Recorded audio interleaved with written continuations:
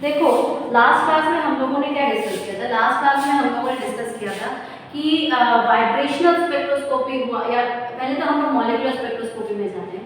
जब हम molecular spectroscopy में जाते हैं तो हम दो तरह के स्पेक्ट्रोस्कोपीज को पढ़ते हैं, एक वाइब्रेशनल और एक रोटेशनल।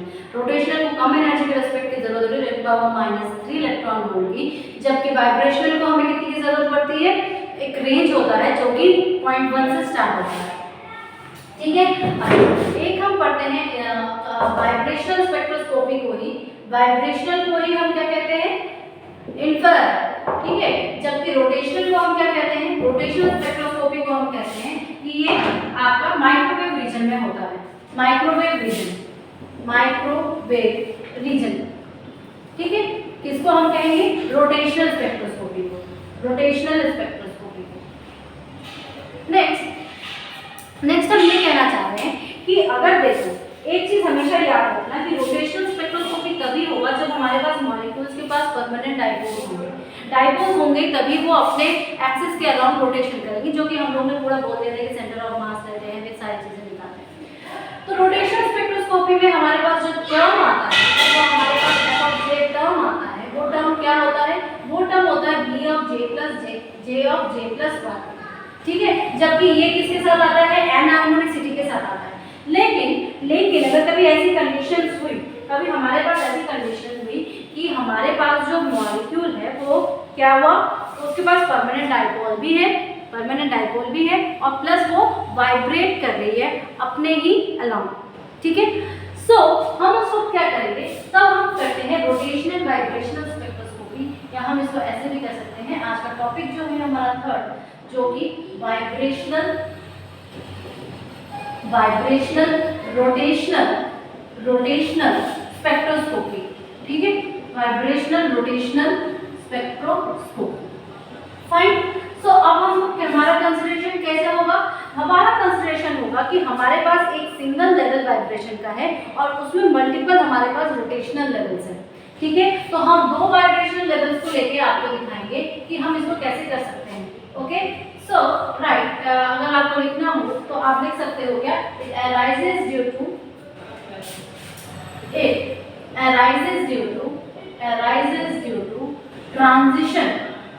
ट्रांजिशन, ठीक है, ट्रांजिशन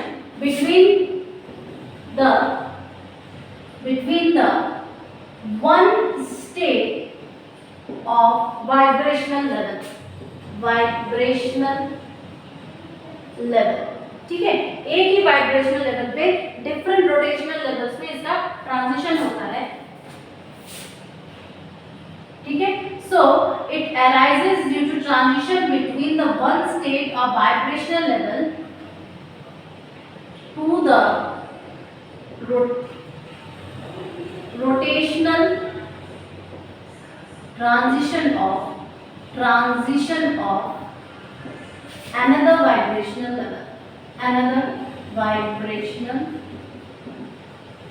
level।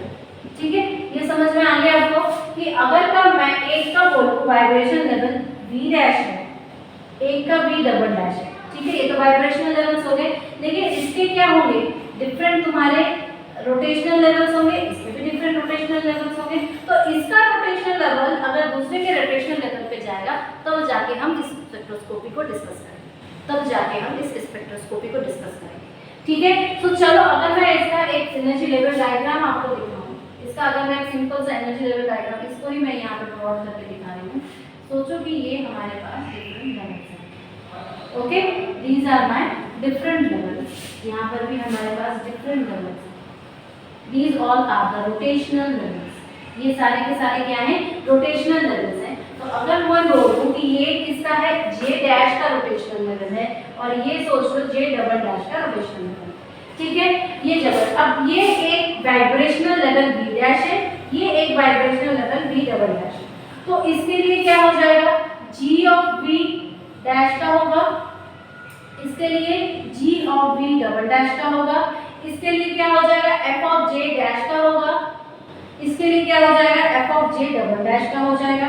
लेकिन B क्या आएगा, इसके लिए B of V double dash का हो जाएगा और B of V single dash का हो जाएगा। ठीक है, तो हम ट्रांजिशन किस में करेंगे, इन दोनों में हम ट्रांजिशन करेंगे और हम देखेंगे कि हमारा जो टर्म वैल्यू है या हमारा जो जी ऑफ बी है, एफ ऑफ जे है, इसमें क्या परिवर्तन आएगा और इसी से जब हम आगे ले जाते हैं तो इसी से हम क्या निकालने बेटा, एक्चुअल में इसका मेन मोटो हमारा आया है कि P levels and R levels को डिस्कस करना, लेवल्स एंड आर लेवल्स को डिस्कस करना। ये बच्चों आप लोग बहुत कंफ्यूजन रहते हो, इसमें गेट का और नेट का दोनों का क्वेश्चंस आना कंपलसरी है, ठीक है, इसमें नेट और गेट दोनों का क्वेश्चंस आना कंपलसरी है। So it is very important कि पी लेवल आर लेवल समझेंगे तब जाके हम रमन स्पेक्ट्रोस्कोपी में हल कर सकते हैं। Okay fine, let's do more, let's start. अब देखो अगर मैं एक और डायग्राम आपको बोलूँ कि बी का और आर का क्या रिलेशन है। देखो जैसे कि हम लोग जानते हैं जब हम एन ऑक्सीलेटर्स को ऐसे देखेंगे तो ये क्या हो जाएगा, ये हमारे डिफरेंट एनर्जी लेवल्स हो जाएंगे। सोचो ये हमारा डिफरेंट एनर्जी लेवल्स हो गए। अब जब ये डिफरेंट एनर्जी लेवल्स हो गए तो मैं क्या बोलूँगी कि ऐसे V = 1, V = 2, V = 3 ऐसे करते करते ये बढ़ता है। सो अगर V इंक्रीज कर रहा है, V अगर इंक्रीज कर रहा है तो हमारा क्या है, R की वैल्यू भी इंक्रीज होगी, this result that R also increase, ठीक है। अब अगर मैं ये बोलूं कि हम जानते हैं कि B जो हमारा कांस्टेंट टर्म है ये क्या है, इनवर्सली प्रोपोर्शनल है R के, इनवर्सली प्रोपोर्शनल है R के, और R की कोई अल्फा बीटा कोई भी वैल्यू वाला B मान लेंगे तो इसको R मान लेंगे। सोचो कोई इनवर्सली प्रोपोर्शनल, इसका मतलब क्या, देयरफॉर V विल इंक्रीज, तो ये रिजल्ट क्या देगा कि R will decrease, R will decrease, इतना कंफर्म है। और हमारे पास सिलेक्शन रूल भी है, हमारे पास सिलेक्शन रूल है, सिलेक्शन रूल है। क्या रूल है बेटा सिलेक्शन का, सिलेक्शन का रूल ये कहता है कि डेल्टा V जो है वो क्या हो जाएगा, +-1 +-2 +-3 करते करते जाएगा, और डेल्टा J ये किसके वजह से था, वाइब्रेशनल लेवल की वजह से था, ये किसके वजह से था, ये हमारा रोटेशनल लेवल की वजह से था। तो जब हमारे ये दो लेवल्स आ जाते हैं तो ये क्या कहता है, ये क्या कहता है, ये कहेगा कि +1 -1 का दो डिफरेंस मिलेगा हमारे पास, ठीक है, +1। अब यहाँ पर जो है, अब यहाँ पर क्या आएगा, P और R। P लेवल कहता है कि हमारे पास क्या होना चाहिए, P लेवल कहता है कि हमारे पास माइनस साइन होना चाहिए, मतलब लोअर एनर्जी साइड में जो होगा वो P लेवल होगा और हायर एनर्जी साइड में जो होगा वो क्या होगा, R लेवल होगा। तो +1 व्हेन डेल्टा J = +1 तो हमारे क्या हो जाएंगे, R लेवल्स हो जाएंगे, एंड व्हेन डेल्टा J = -1 तो ये हमारे P लेवल्स हो जाएंगे, ठीक है। हम लोग इसको डायग्रामेटिकली देखेंगे कि कैसे ये कर सकते हैं। अब देखो जब ये बात आ गई तो हम लोग को नेक्स्ट क्या करना है, हमें कहना है कि हम जो न्यू डैश कौन सी फ्रीक्वेंसी निकल रही है इन दोनों के ट्रांजिशन की वजह से, तो हमें न्यू बार निकालना पड़ेगा। और न्यू बार कैसे निकालेंगे, न्यू बार हम कहेंगे कि आपस के दो एनर्जी लेवल्स में या तो J के कर रहे हैं या फिर इसके B के कर रहे हैं। तो देखो हम क्या करेंगे, हम कहेंगे कि f ऑफ J डैश जो ऊपर था -G ऑफ J डैश, ठीक है, -G of J dash, sorry यहाँ पे प्लस करेंगे, प्लस रोटेशन प्लस वाइब्रेशन है, माइनस करेंगे किसका, f of J double dash minus G of J double dash, ठीक है। यही मेन मोटो है हमारा निकालने का। तो जब ये कॉम्प्लेक्सिटी आई तो हम ऐसे भी तो लिख सकते हैं f of J double dash minus J dash minus f of J double dash, इसको एक साथ ले लो, प्लस यहाँ पर भी हम लिख सकते हैं क्या, G of J dash minus G of J double dash, ये भी कर सकते हैं, ठीक है। अब हम इसको खोलेंगे, कैसे खोलेंगे, हम इसमें B की वैल्यू पुट करेंगे, इसमें किसकी वैल्यू पुट करेंगे बेटा, B की वैल्यू पुट करेंगे। और जब हम B की वैल्यू पुट करेंगे तो अगर मैं ये कह दूं कि ये हमें ओमेगा टर्म दे रहा है, क्या निकालना चाह रहे हैं, और अगर मैं कहूँ कि ये हमें ओमेगा टर्म दे रहा है, ओमेगा बार दे रहा है, तो प्लस हमारे पास B के टर्म्स बचे, तो B एक बार B dash J of J dash plus 1 minus B of B double dash J double dash of J double dash plus 1। ये हो गया, किसी को कोई कंफ्यूजन है क्या, किसी को कोई कंफ्यूजन है? तो अब देखो ये हमारा मेन था, ये हमारा मेन वैल्यू आ गई। अब हम इसमें क्या पुट करेंगे, अब हम इसमें एक बार बोलेंगे +1, एक बार बोलेंगे -1। क्यों? क्योंकि हमें V बार करना है और हमें डेल्टा J बोलना है कि डेल्टा J को हमें +1 R लेवल्स और P लेवल्स के लिए निकालना है।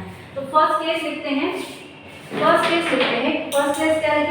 फर्स्ट केस कहेंगे कि केस 1 बता दो कि जब हम डेल्टा J +1 ले रहे हैं, जब हम डेल्टा J +1 ले रहे हैं, इसका मतलब क्या ले रहे हैं? हम R लेवल्स ले रहे हैं।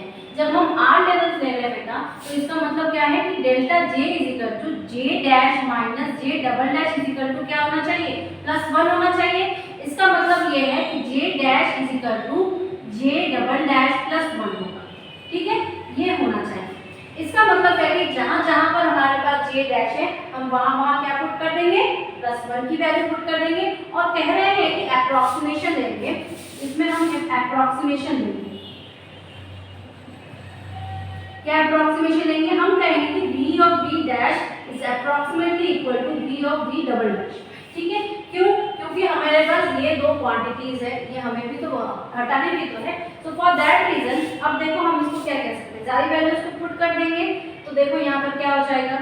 V of V बार किसके लिए निकाल रहे हैं? R के लिए निकाल रहे हैं। तो हम क्या करेंगे? ओमेगा बार प्लस, दोनों को हटा दें, दोनों को क्या करेंगे? हम B कर देंगे।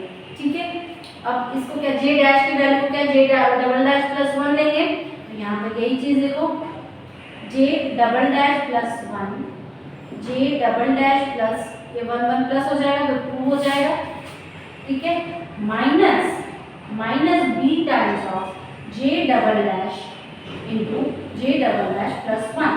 ठीक है, ये हो जाएगा। तो ये क्या निकल गया? मिल गया, बताओ।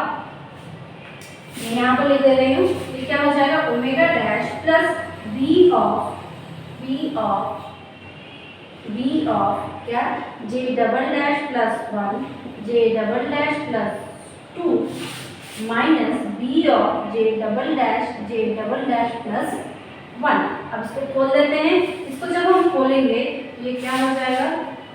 Omega dash plus B of J +1। एक काम करते हैं, ऐसे खोलते हैं, J double dash of J double dash +1 plus twice of B times J double dash +1 minus B times of J double dash +1।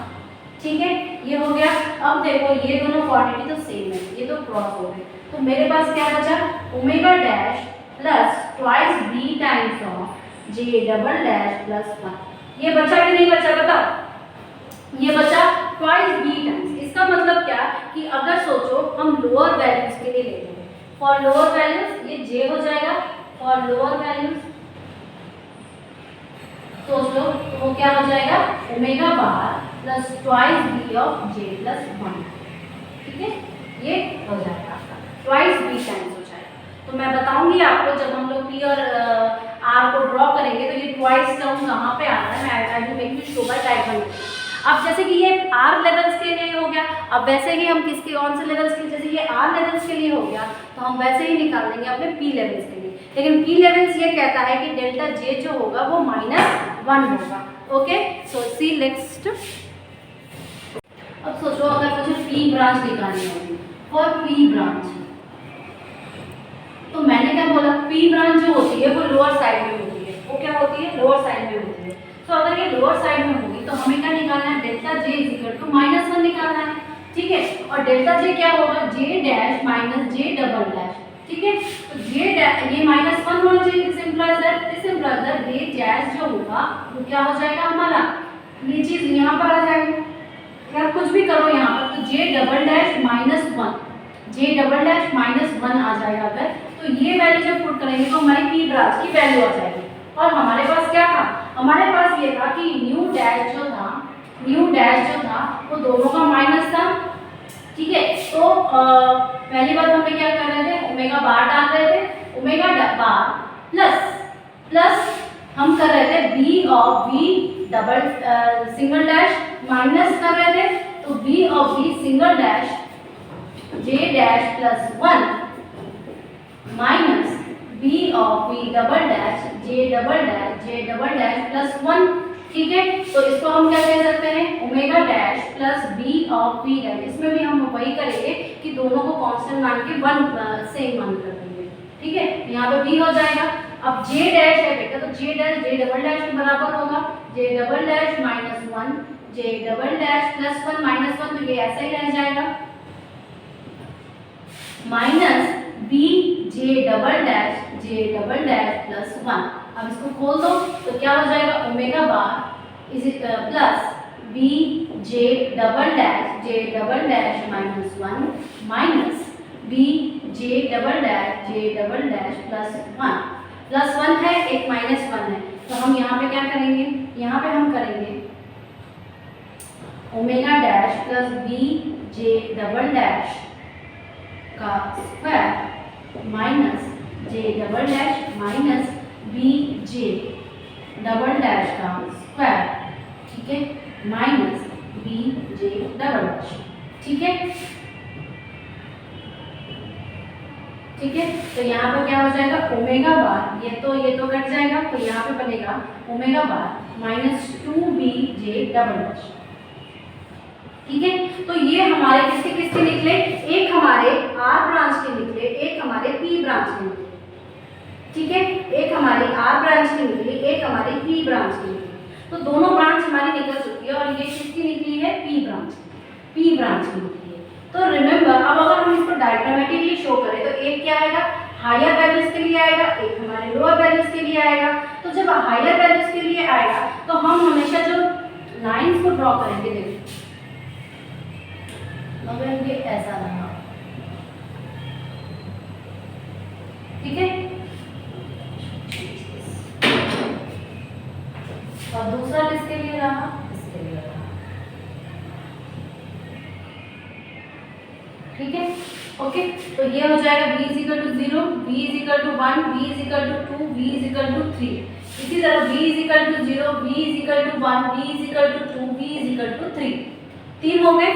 ठीक है, अब हम लोग ट्रांजिशन करेंगे, लेकिन याद रहे ट्रांजिशन ऐसा करना है जहां पर j is equal to plus minus 1 रहे, जहां पर j is equal to plus minus 1 रहे। So how can we do this transitions, और 0 तो होना ही नहीं चाहिए, प्लस 1 यहाँ पर है, ठीक है, और यहाँ पर इस साइड में हम लोग लेंगे, दो साइड करेंगे, delta j is equal to plus 1 का कर दो और delta j is equal to minus 1 का कर दो। 0 से 0 का टेबल कभी भी नहीं होगा, तो एक तुम्हारा ऐसे जाएगा, ठीक है, एक तुम्हारा इसके साथ जाएगा और एक तुम्हारा इसके साथ जाएगा। ठीक है, सेम टू सेम तुम्हारा इधर भी होगा, तो सेम जो ये सारी चीज आएंगी वो क्या आएगी, आर लेवल्स की आएंगी, और इधर की क्या आएंगी, पी लेवल्स की आएंगी। ओके, आर लेवल्स की आएंगी और इधर की क्या आ जाएगी, पी लेवल्स की आएंगी। और याद रखना फाइनल माइनस इनिशियल होगा, इसका मतलब यहाँ से लेके यहाँ तक माइनस साइन होगा, तब जाके हमें ये लेवल्स मिलेंगे। Okay, is this clear to you all? Tell me first. So what I am trying to say कि इधर वाला ऐसे हो, अब इधर क्या हमें करना है, इधर का हमें -1 लाना है। ठीक है, इधर का हमें क्या लाना है, -1 लाना है। जब हम इधर का -1 लाएंगे तो इसका मतलब क्या है, 8 है। अभी हम लोगों ने देखो इसका क्या लिया था, इसका लिया था कि इधर के जितने भी आएंगे ओमेगा आर पी टाइम्स जो आएंगे वो क्या है, ओमेगा बार -2b टाइम्स आएगा, 2b जे डबल डैश आएगा, और उधर का क्या आएगा, 2b जे डैश प्लस 1 के आएंगे। इधर के क्या आएंगे, b of r bar is equal to omega bar plus 2b j double dash plus 1 के आएंगे। ठीक है, तो ये जो आपके लाइंस बनते हैं बेटा, इसको मैं अगर यहाँ पे बनाऊँ आपका, तो ये जो स्पेसिंग आती है ना, ये जो सोचो यहाँ पे 3 की स्पेसिंग है, यहाँ पर जो 3 की स्पेसिंग है, 3 स्पेक्ट्रल लाइंस निकली, तो ये जो स्पेक्ट्रल लाइंस के बीच की जो गैपिंग है ये क्या है, प्लस आर लेवल्स अगर मैं लूँ, और ये क्या लूँ मैं, पी लेवल्स अगर लूँ। ठीक है, तो इन दोनों के बीच में तो 4b का डिफरेंस आएगा, लेकिन इनके आपस में जो है वो कांस्टेंट डिस्टेंस होगा 2b का, और यहीं पे क्वेश्चन पुटअप होता है, और यहीं पे क्वेश्चन इसका पुटअप होता है। गेट में ये क्वेश्चन आ चुका है, इवन अब हमने आपका ये देखा था TFR में भी एक जगह पूछा गया था ऐसे क्वेश्चंस कि गेट में तो निश्चित ही आता है, गेट और नेट में तो ये क्वेश्चंस आपके निश्चित आते हैं कि दोनों के बीच का गैप बताओ, b का वैल्यू बताओ, पी और आर लेवल, ये आया हुआ क्वेश्चन है CSA नेट का, ठीक है। सो गैपिंग ऐसे होती है, दोनों के बीच की लाइनिंग होती है, 4B होती है पी का और आर का, लेकिन आपके जो अपने भी इंडिविजुअल लेवल्स के बीच में जो गैपिंग है वो क्या हो जाती है आपकी, वो 2B की हो जाती है। तो ये आपका क्या था, ये आपका था कि वाइब्रेशन को रोटेशन से कैसे हम लोग ग्रुपिंग करते हैं। मॉलिक्यूलर स्पेक्ट्रोस्कोपी कहाँ से स्टार्ट हुई, वाइब्रेशन को रोटेशन से कैसे ग्रुपिंग करते हैं, फिर वाइब्रेशन अलग पड़ा, रोटेशन अलग पड़ा। अब हम लोग रमन स्पेक्ट्रोस्कोपी में जाएंगे, जिसमें हम थोड़ा सा आपको रमन स्पेक्ट्रोस्कोपी का हेडिंग देंगे और बाकी कल हम लोग इस क्लास को कंटिन्यू करेंगे, राइट। कल हम लोग इस क्लास को कंटिन्यू करेंगे। So right now we will give some introduction, brief introduction of Raman spectroscopy. Raman spectroscopy. Raman spectroscopy देखो एक ब्रॉड एरिया है और ये टोटली डिफरेंट है, ओके। टोटली डिफरेंट किस वजह से है कि देखो अगर यहाँ पर हमारा कोई मटेरियल है, सोचो ये कोई मटेरियल है, हमारा मटेरियल है। अब ये मटेरियल कुछ भी हो सकता है, गैस हो सकता है, या ये कोई लिक्विड हो सकती है, या कोई क्रिस्टलाइन हो सकता है, क्रिस्टलाइन, ठीक है। यहाँ पे हम कौन सा फेनोमेना को यूज करते हैं, फेनोमेना जो इसका है, फेनोमेना दो चीज जो यूज करेंगे, दो चीज, एक इन इलास्टिक, पहला तो स्कैटरिंग यूज करेंगे कि यहाँ पर स्कैटरिंग होगा, और दूसरी चीज इन इलास्टिक स्कैटरिंग होगा, इन इलास्टिक होगा, ठीक है। जो यहाँ पर स्कैटरिंग होगी वो इन इलास्टिक होगी, जिसमें कि हम कहते हैं कि डेल्टा के ई काइनेटिक एनर्जी जो कि नॉट इक्वल टू 0 होता है, डेल्टा काइनेटिक एनर्जी जो कि नॉट इक्वल टू 0 होता है। और दूसरी चीज याद रखना कि अगर यहाँ पर कोई भी एक रेज बढ़ती है जिसकी न्यू नॉट सोचिए उसकी फ्रीक्वेंसी होगी, चाहे वो यूवी रेज हो, चाहे वो विजिबल रेज हो, जो भी यहाँ पर पड़ेगी। अब यहाँ पर कोई मटेरियल है, मटेरियल हमारे ये सब सारी चीजें हैं, यहाँ पर स्कैटरिंग क्रिएट होगा, तो हमारे पास 3 फ्रीक्वेंसीज निकलेंगी, 3 फ्रीक्वेंसीज निकलेंगी। एक फ्रीक्वेंसी किसकी होगी, जो हमारे एक्साइटेड लाइन्स की होगी, जो कि रेलिंग स्कैटरिंग होगा, स्कैटरिंग होगा, ठीक है। जो कि हमारे जो एक्साइटेड किया है उस मटेरियल को, उसी फ्रीक्वेंसी की निकलेगी। एक हमारी एंटी स्ट्रोक लाइन्स निकलेगी, एंटी स्ट्रोक फ्रीक्वेंसी निकलेगी, ठीक है, एंटी स्ट्रोक फ्रीक्वेंसी निकलेगी। ये anti Stokes frequency higher energy side होगा, और यहाँ पर स्ट्रोक फ्रीक्वेंसी निकलेगी, स्ट्रोक लाइन से स्ट्रोक फ्रीक्वेंसी निकलेगी, वो क्या कहेगा, वो लोअर एनर्जी साइड में होगा। पहली चीज तो ये होगी। दूसरी चीज मैंने बोल दी कि यहाँ पर इलास्टिक स्कैटरिंग होता है रमन स्पेक्ट्रोस्कोपी में, और दूसरी चीज एक और है, यहाँ पर ये जो स्कैटरिंग होगा बेटा, ये इनकोहेरेंट होगा, इनकोहेरेंट होगा, ठीक है। ये स्कैटरिंग जो होती है वो इनकोहेरेंट स्कैटरिंग होती है। हमें दो किस्म के लाइंस मिलते हैं, स्ट्रोक्स लाइंस मिलते हैं, एंटी स्ट्रोक्स लाइंस मिलते हैं। स्ट्रोक्स लाइंस जो होते हैं लोअर एनर्जी लेवल पे होते हैं, और एंटी स्ट्रोक्स जो होते हैं हायर एनर्जी लेवल पे होते हैं। और फिर यहाँ पर स्कैटरिंग होगी। अगर मैं इसके बारे में थोड़ा सा और बोलूँ कि अगर मैं ये दिखाना चाहूँ आपको कि जो स्कैटरिंग फिनोमिना हुआ वो कैसा हुआ, स्कैटरिंग फिनोमिना हुआ, वो मैं तो जान गई कि हमारे पास अगर सोचो इलास्टिक स्कैटरिंग होती है, वो क्या होती है, kinetic energy is equal to 0। ये कौन सी स्कैटरिंग होती है, इलास्टिक स्कैटरिंग, इलास्टिक स्कैटरिंग, ठीक है। इसका मतलब क्या है कि जो hν आई वो टकराई और बाहर चली गई एक hν के साथ, और भीतर का जो हमें जो फेनोमेना हुआ रेडिएट स्कैटरिंग का हुआ। लेकिन जैसे ही हम यहाँ पर काइनेटिक एनर्जी को कंजर्व नहीं करते हैं, तो हमारे पास दो डिफरेंट किस्म की फ्रीक्वेंसीज मिलती हैं। एक फ्रीक्वेंसी क्या होती है, प्लस में होती है, एक फ्रीक्वेंसी क्या होती है, सोचो कि अगर hν नॉट हमारे पास बना, hν नॉट हमारे पास बना, तो ये क्या निकालेगी, एक hν निकालेगी जो कि एंटी स्ट्रोक किस्म की होगी, या बोल सकते हो लोअर एनर्जी लेवल्स की होगी। साथ में क्या आएगा, एंटी स्ट्रोक तो हायर एनर्जी लेवल, सॉरी, तो एंटी स्ट्रोक होगा, हायर एनर्जी लेवल होगा, तो साथ में एक hν नॉट जो इसके साथ था। लेकिन दूसरा क्या होगा, दूसरा बोलेगा कि अगर hν नॉट किस्म की आई तो ये स्ट्रोक की किस्म की जाएगी, जो कि स्ट्रोक निकालेंगी और प्लस hν नॉट निकालेंगी, ठीक है। इतना क्लियर हुआ है सबको।